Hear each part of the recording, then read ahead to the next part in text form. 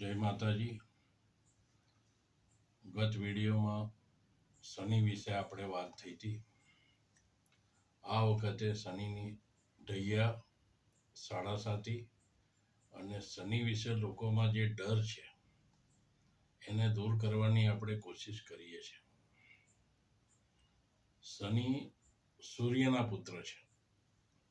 સૂર્યની બે પત્ની હતી, સંજ્ઞા અને છાયા. આમ તો એક જ પત્ની હતી. એમના 3 બાળકો.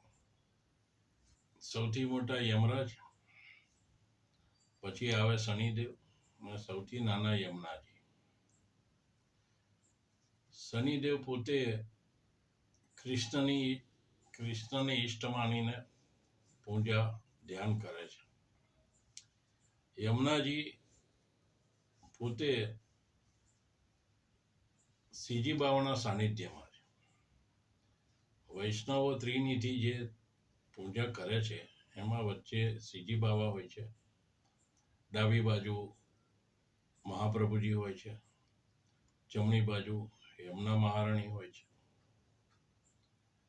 હવે જે વૈષ્ણવ આ પૂજા કરે છે, મારા અનુભવ પ્રમાણે એમને શનિનું નડતર ઓછું રહે છે. શનિ સૂર્ય પિતા પુત્રના સ્વભાવ વિભિન્ન છે. સૂર્યોદય સમયે કેસરી રંગના હોય છે. શનિનો રંગ કાળો છે. યમરાજા કાળા છે. યમુના મહારાણી શ્યામ છે. બંનેના સ્વભાવ રંગ વિભિન્ન છે. શનિ શિસ્તમાં માને છે. ખરાબ શનિ આળસ આપે છે. શનિની બીજી વાત કરીએ તો શનિ સફાઈના સેવક છે. શનિના વાહન માટે જોઈએ તો કાગડો છે, ગીધ છે. કાગડો ગંદી વસ્તુઓ, ગીધ સડેલી વસ્તુઓ ખાય છે. આ એક જાતની સફાઈ જ છે. કેમ કે ગંદી વસ્તુ પડી રહે, સડેલું માંસ ગીધ ખાય છે તો એમાંથી અત્યંત દુર્ગંધ ફેલાય અને માણસને અણગમો થાય. આપણા હિન્દુમાં અગ્નિ સંસ્કાર થાય છે. પારસીઓ ડેડ બોડીને શરીર પર ઘી લગાવી અને એમનો એક કૂવો હોય છે ત્યાં આગળ એને મૂકવામાં આવે છે અને એ શરીરને ગીધ પોતાનો ખોરાક બનાવી અને એક જાતની સફાઈ કરે છે. શનિ એમની સ્પીડ ચાલવાની ધીમી છે એટલે શનિને મંદગતિના ગ્રહ કીધા છે.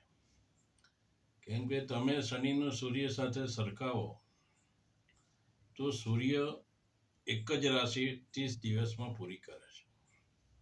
એ જ રાશિને પૂરી કરતા શનિ 2.5 વર્ષ લે છે.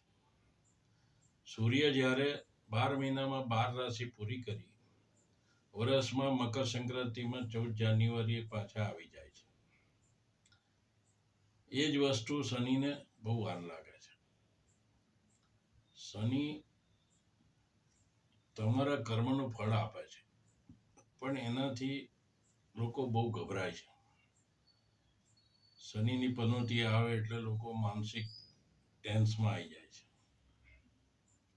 એના કર્મ સારા છે એને તો શનિ અડતો જ નથી. પણ આ જમાનામાં કોઈને ખબર નથી કે મારા કર્મ કેવા છે. આપણે અઠવાડિયા પહેલા શું જમ્યા હતા એ યાદ નથી હોતું તો આપણા આજીવનના આટલા વર્ષોના આપણે શું કર્મ કર્યા એ યાદ ના હોય. સ્વાભાવિક વસ્તુ છે. હવે દરેક વસ્તુના કોઈક રસ્તા હોય છે. એનાથી ગભરાવાની કે અકળાઈને માનસિક ટેન્સ લેવાની જરૂર નથી. આપણા હિન્દુ ધર્મમાં ઘણા તહેવારો છે. વર્ષના ઘણા બધા તહેવારો આવે છે. એનાથી આપણી હિન્દુ સંસ્કૃતિ જીવંત છે. એવી રીતનો એક તહેવાર આવે છે રક્ષાબંધન. એને ભાઈ બહેનનો તહેવાર કહેવામાં આવે છે. ભાઈ બેન પોતાના ભાઈ માટે રક્ષા અંગે હાથ પર જે રક્ષાસૂત્ર બાંધે છે, એવો જ એક બીજો તહેવાર વિશે વાત કરીએ તો એ ભાઈ બીજ છે. એ પણ ભાઈ બહેનનો જ તહેવાર છે. આમાંથી શનિનો તમને એક ઉપાય બતાવું છું. યુપી એમપી બાજુ એના ભાઈ દૂજ પણ કહેવામાં આવે છે, આપણે એને ભાઈ બીજ કહીએ છીએ. એ દિવસે બેન પોતાના ભાઈને આમંત્રણ આપે છે, ઘરે બોલાવે છે, સારું સારું એમને જમાડે છે ભાવતું, અને ભાઈ પણ બેનને ખુશ કરવા પોતે કંઈક બક્ષિસ આપે. એથી ભાઈ બહેનનો સંબંધ મજબૂત બને. યમુનાજીએ યમરાજા અને શનિદેવને ભાઈ બીજ પર આમંત્રણ આપ્યું. હવે યમરાજાનું જે કાર્ય છે એ કોઈને ત્યાં કામ સિવાય જવાનું નથી. બહેનનો આગ્રહ હોવાથી બંને ભાઈઓ જાય છે. બેન ભાવતા ભોજન જમાડે છે. વીરપસલી તરીકે ભાઈની ફરજ બને છે બેનને કંઈક આપવું. તો જો આપવું તો બેનને ગમતું કેમ ના આપવું? માટે યમરાજાએ પૂછ્યું કે બેન, તને શું ગમે છે એ વસ્તુ આપીએ તને. તો યમુનાજીએ એવું કીધું કે ભાઈ જે યમુનામાં સ્નાન કરે એમને ભાઈ તમારા દૂતો એટલે યમદૂતો લેવા ન આવે. ભાઈ બહેનનો સંબંધ તમે જાણો છો, કોઈ સ્વાર્થ વગરનો હોય છે. અને ભાઈએ વીરપસલી આપવાની હતી એટલે યમરાજા વચન આપે છે કે જે યમુનાજીમાં સ્નાન કરશે એને લેવા મારા દૂત નહીં આવે. વારો આવ્યો શનિ મહારાજનો. શનિ મહારાજ કે બેન શું આપું? યમુનાજીએ કીધું કે જે મારા યમનાષ્ટકનો પાઠ કરે તેને તમારે કનડગત નહીં કરવાની. શ્રીનાથજી, મહાપ્રભુજી અને યમુના મહારાણી, આ ત્રિનિધિની દરેક વૈષ્ણવને ત્યાં પૂજા થતી હોય છે. અને તમે જોજો શનિના નિયમ પ્રમાણે સંજન, કેમ કે વચન પ્રમાણે શનિ યમુનાજીની પૂજા થાય છે, યમુના સ્નાન થાય છે, એટલે ત્યાં એટલી હેરાનગતિ હોતી નથી. શનિ માટે એવું કહેવાય છે કે શનિએ ન્યાય માટે પોતાના પિતા સાથે ઝઘડો કર્યો હતો. પોતાના પિતાની સામે દલીલો કરી હતી. એટલે શનિ કર્મ બાબતમાં કોઈને માફ નથી કરતો.